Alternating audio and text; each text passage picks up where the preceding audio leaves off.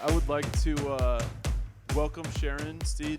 She's here with us. She owns a consultancy that talks about, what it really does is it helps businesses become more collaborative and more empathetic in communication. And with as much as we're always talking and in lots of different channels, it's an incredibly important topic for this group, and that's why we invited Sharon to join us. So Sharon, the time is yours. Thank you.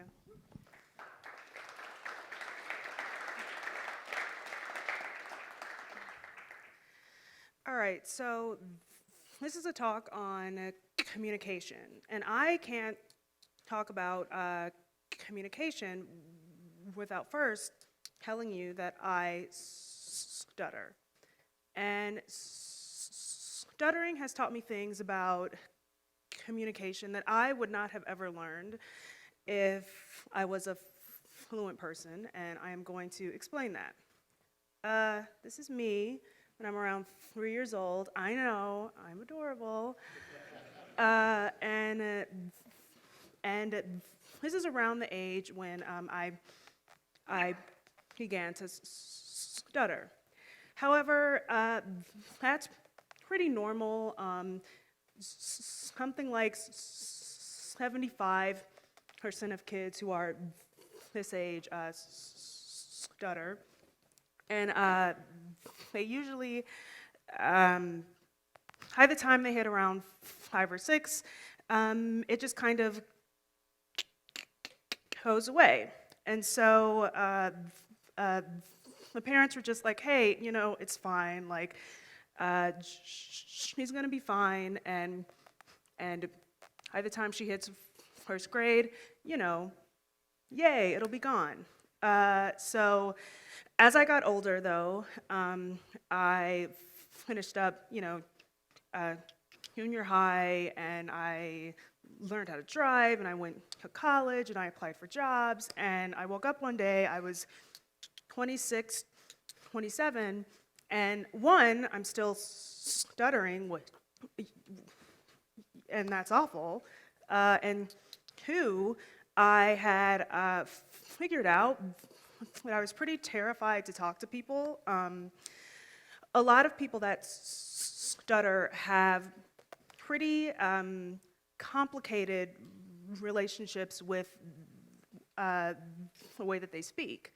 And so a lot of the times I would want to say something, and the words that I wanted to use just weren't coming out. And so I would have to change words in my head, or I would just not talk at all.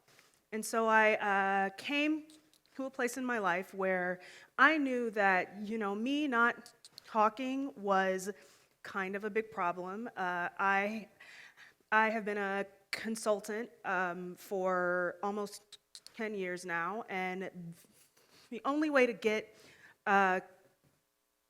clients is to, talk to people.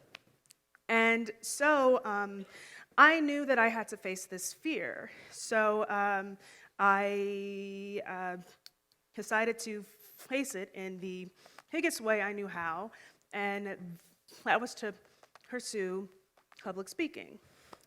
And because of this, my entire view on communication completely changed.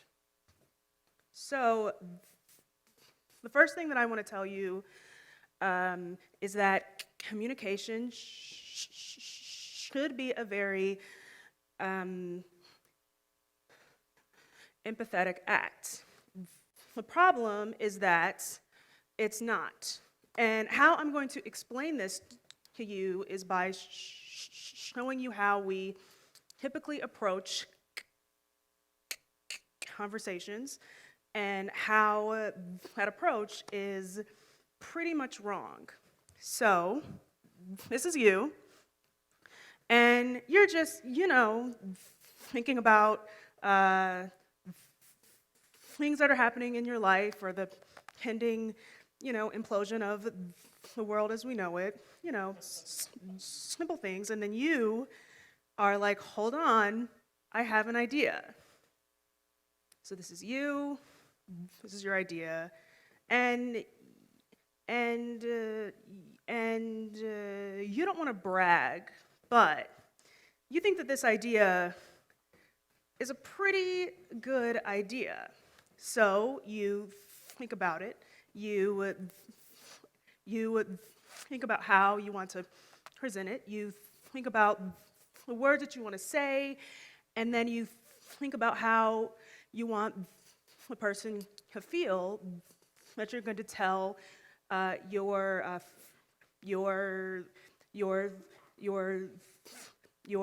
thought to, right? And so you get super excited. You're talking to this person, and you just know that they think that your idea is going to be the best idea that they have ever heard, and you're pumped until you're done talking, and they're just kind of like, okay, great, And you're pissed because you know that your idea is a great idea, and you're just like, I don't understand why you're so mad about this. And so the reason why you are pissed about this is because you're not trying to have a conversation. You just want this person to think that your idea is the best thing since this guy right here. And that's the problem with the way we approach conversations. So,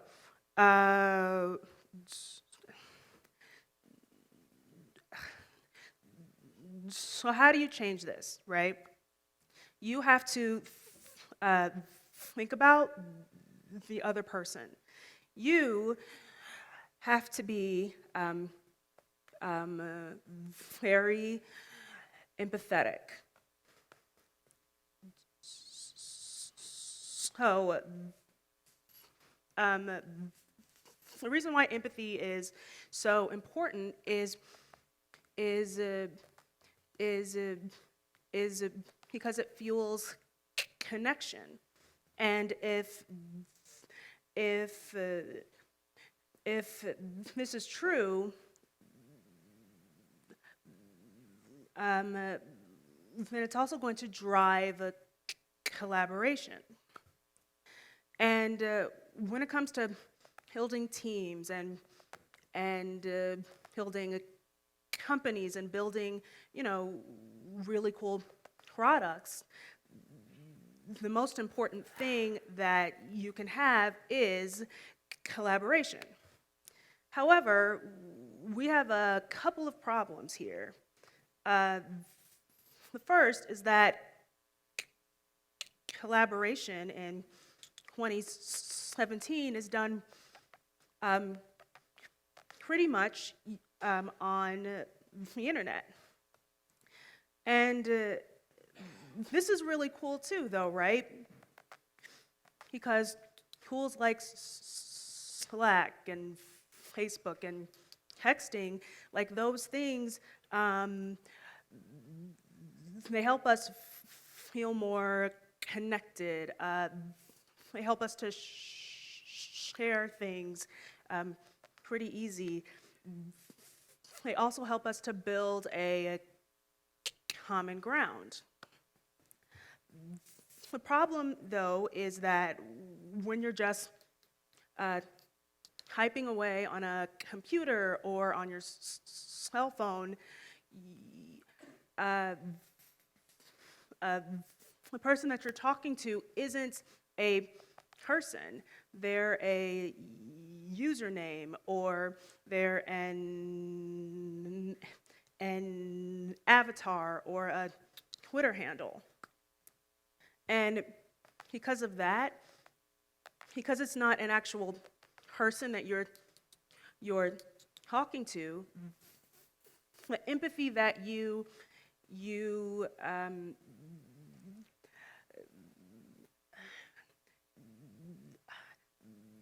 that you have to have is going to be lost. So, here's a truth here. Uh, uh, Technology can't take the place of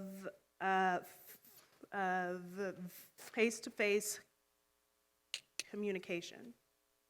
And here's another truth. The failures of communication that we experience can't be automated away by technology. Like, we have to face these things face to face. So we have to talk to people. But here comes the other problem. We don't like talking to each other. And I'll be the first to admit, I hate talking to people. I would prefer to text you because talking is just extremely hard because conversations are hard and collaboration is hard. And because of that, collaboration fails. So,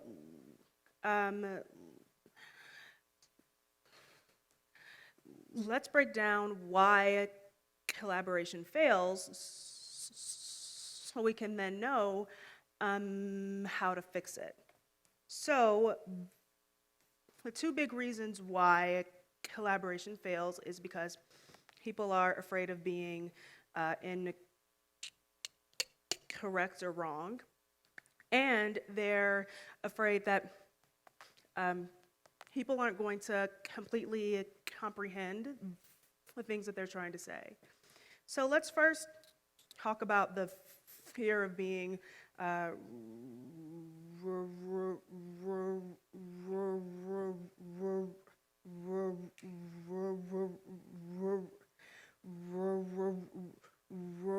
wrong. Because all this is the fear of being judged. Have you ever been in a conversation with your boss or with your coworkers and you've had an idea that you wanted to share, but you chose to not share it because you were afraid of being wrong, you were afraid of being judged? That happens to pretty much all of us, right? So, how would it feel if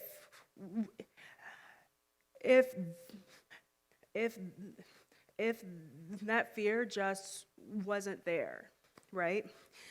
How would it look if you worked on a team where you weren't afraid to just speak your mind because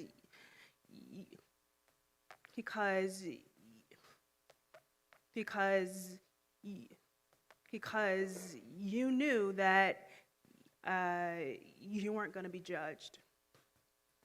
So the other fear here is that people aren't going to understand you. And I know that the people here can completely understand this because you guys are all, technical people, and you probably have to deal with people that don't, completely understand the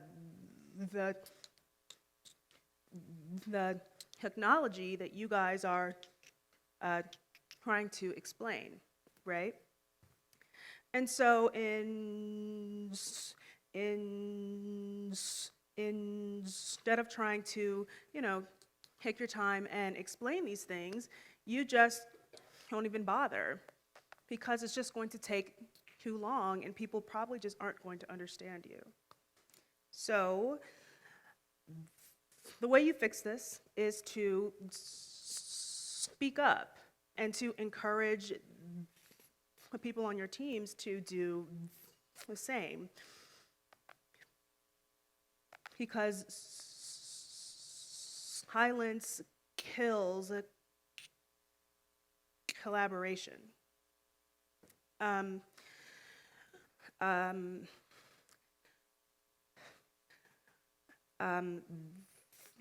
there's another thing to keep in mind here, and it's that paying attention to what other people on your team have to say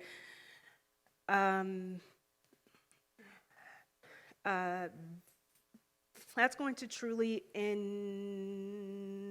enhance conversations that you're going to have. The next thing that you want to do is think about the listener. We're all on different planes, intellectually, in terms of our maturity, and that's okay. Speaking to people on their level doesn't do anything to compromise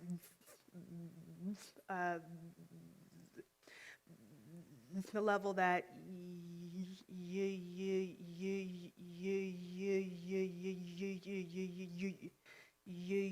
you're on. And finally, you are going to want to think about this speaker.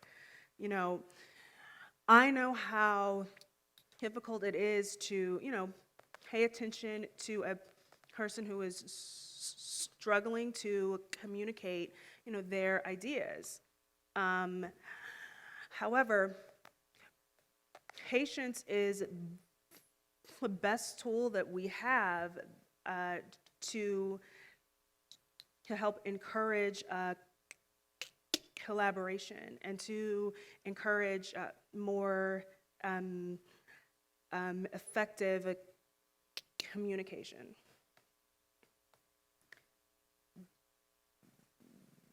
So when you discuss ideas from a place of great empathy, you are going to create bigger and better things that you couldn't have ever come up with on your own. And that takes vulnerability. The vulnerability to, sometimes embrace silence or say something that you're not totally sure is going to be received well. It also takes courage, and that's the courage to pay attention to someone that's really struggling to hit their message across.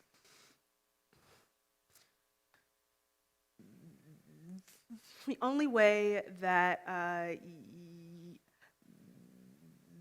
that you're going to be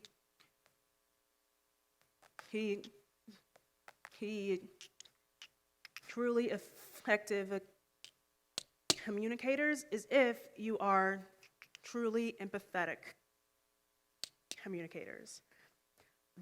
Thank you.